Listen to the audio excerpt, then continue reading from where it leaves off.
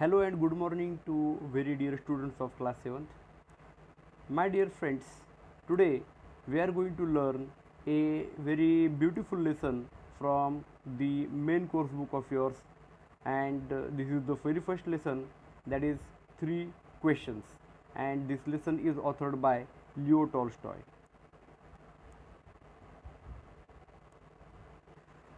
Before going to peep into the text, let's have some information about the author. The author of the lesson is Leo Tolstoy, and he was born to an aristocratic Russian family in 1828. Aristocratic, that is the high class of the society. The rich, elite, high class of the society is called the aristocratic group.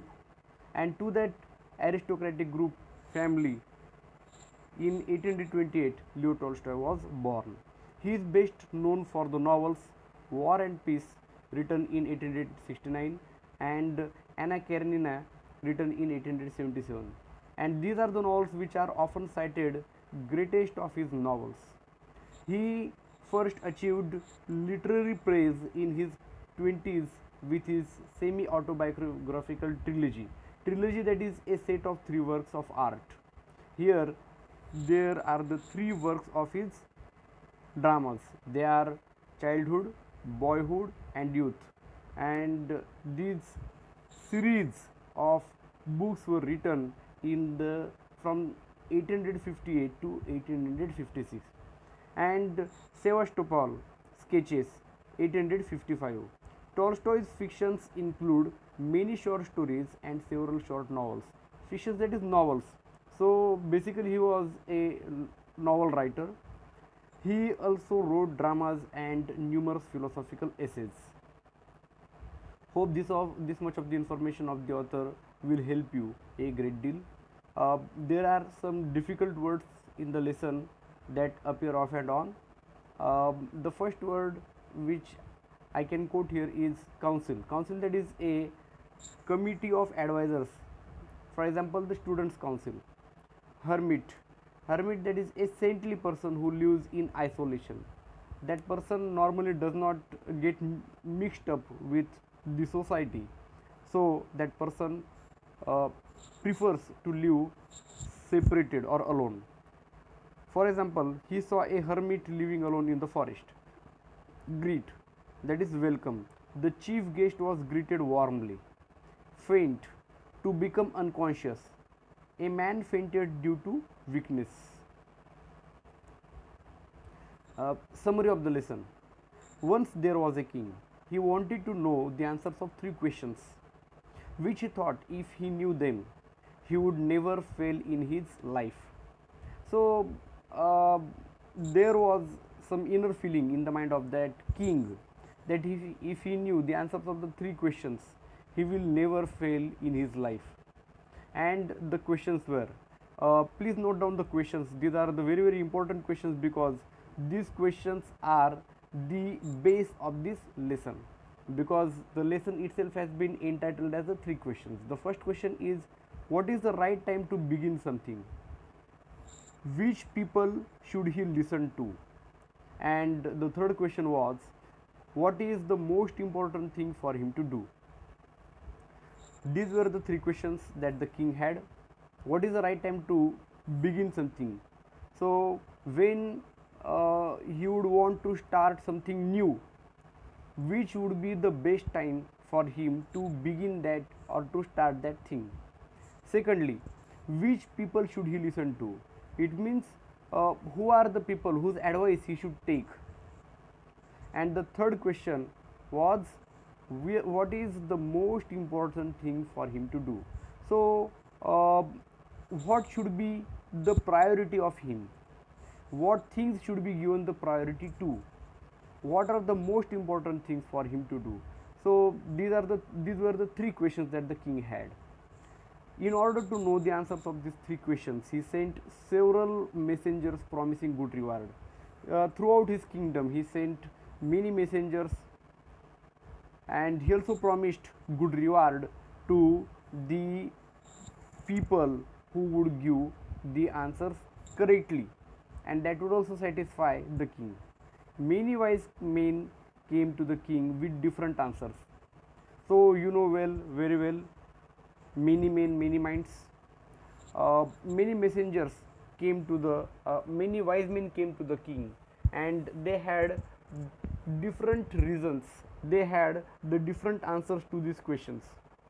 The king was not satisfied with any one of them, and no answer of any wise man could satisfy the king. The king was not at all happy with the answers of these wise men. Finally, he came to a hermit who was digging ground to make holes. So, finally, what happened? The king had heard about a hermit. The word hermit I have already told you. It means the person, a saintly person who prefers to live in the isolation or separation. The king heard about that hermit, and the king went there. He disguised himself. He changed his uniform. He was not there in that royal cloth. The king went there as a common man to meet the hermit.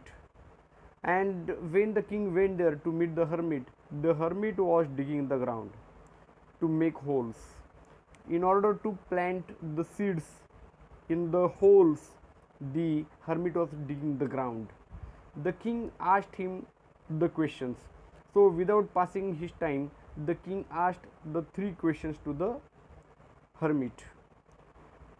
The hermit replied nothing. So, the hermit did not say anything when the king asked these questions to him. The king took the spade from the hands of the hermit and started making the holes. So, when the king saw that the old hermit was digging ground with the help of the spade, the king took the spade from his hands and he started digging the ground to make the holes. After a while, there came a wounded man. So, after some time, an injured man came there. A wounded man came there. There was a deep wound inside the stomach of that man. The king dressed and redressed his wound until it stopped bleeding, and blood was oozing out. Blood was coming out of the stomach from that wounded man. So, king helped out that man. The king did the dressing of that man. Still, then the blood did not stop. Then the king redressed. The king dressed the wound of that man again. The king dressed and redressed his wound until it stopped bleeding. Finally, the bleeding stopped. Finally, the blood stopped coming out of that wound. He also gave him cool water. So, in order to make that man feel better, the king offered him cool water. So, you can see here in this picture the hermit. This is the hermit, and the hermit is digging ground with the help of his spade, and the king goes there disguised himself as a common man. You can see this is the dress, this is the robe, these are the robes of common man. This is a dress of a common man. So, the king disguised himself as a common man, goes to meet the hermit, and when the king goes there, he asks the hermit the three questions. Then next morning, when the man woke up, he asked for the king's forgiveness. The man who was wounded the day before, he asked the king for his forgiveness. The king was asked for forgiveness by that man because he was the king's sworn enemy. He had sworn, he had taken oath that he would kill the king, but now he asked for the king's forgiveness. The king did not remember who exactly the man was, but the man had never forgotten the king. That man's property was snatched, that man's property was taken up by the king. So that man had vowed, that man had taken oath that he would kill the king. But as you have already been told that the king goes to meet the hermit, and before going to meet the hermit, uh, his horse and his bodyguard were kept at the edge of the forest, and his bodyguard knew who that man was, and that bodyguard had stabbed to kill that man. And what happened, let's see afterwards. Now he owed to the king for saving his life, and because of the good work of the king for saving his life, the man now was very extremely thankful to the king, because the king had saved his life. The man had gone there to kill the king, but the king, instead of ignoring the man, instead of not paying any attention to the man, the king had tried to save his life. Further, the hermit explained the answers of 3 questions to the king through this incident. The first question was, what is the right time to begin something? And the answer is now. Now is the best time to begin something, because it is the only time we can act. When the king sees that wounded man who came to him, the king helped that man then and there. He did not waste his time. Secondly, when the king had gone to meet the hermit, at that time also, the king, without any hesitation, took the spade from the hands of the hands of the hermit, and helped the hermit then and there. So he helped the man now, he helped the hermit now. It means he helped that hermit, he helped that wounded man then and there. So the best time to begin something is now, because it is the only time we can act. So in this regard, I would like to tell you, yesterday is history, tomorrow is mystery, today is a gift, that's why it is present. So start anything what you want in present itself, without wasting your time. Secondly, the most important person is the one who is we are with at a particular moment. So which people he should listen to? So the most important people, or the most important person, is the one who is there with you at a moment. Now I am talking to you, and because of this, you are the most important persons for me, and I am talking to you so that I am the most important person for you at this moment. So you should listen to me, yes or no? Then the third question, which you have already seen, the third question is, what is the most important thing for him to do? So the answer of this question is, the most important business or the most important thing is to do that person good, because we are sent into this world for this purpose alone. So the person with you is there at a particular moment, you should do that person good, and for this purpose alone you have been sent in this world.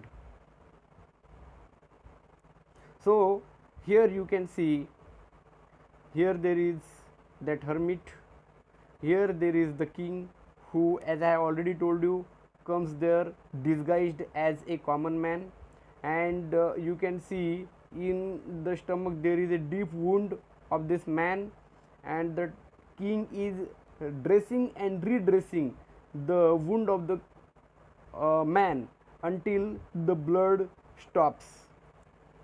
Hope you have understood this lesson. Now there are a few questions for recapitulation, and these are all the textual questions, and you will be able to find these questions on page number 14 and 15. The first question is, why was the king advised to go to magicians?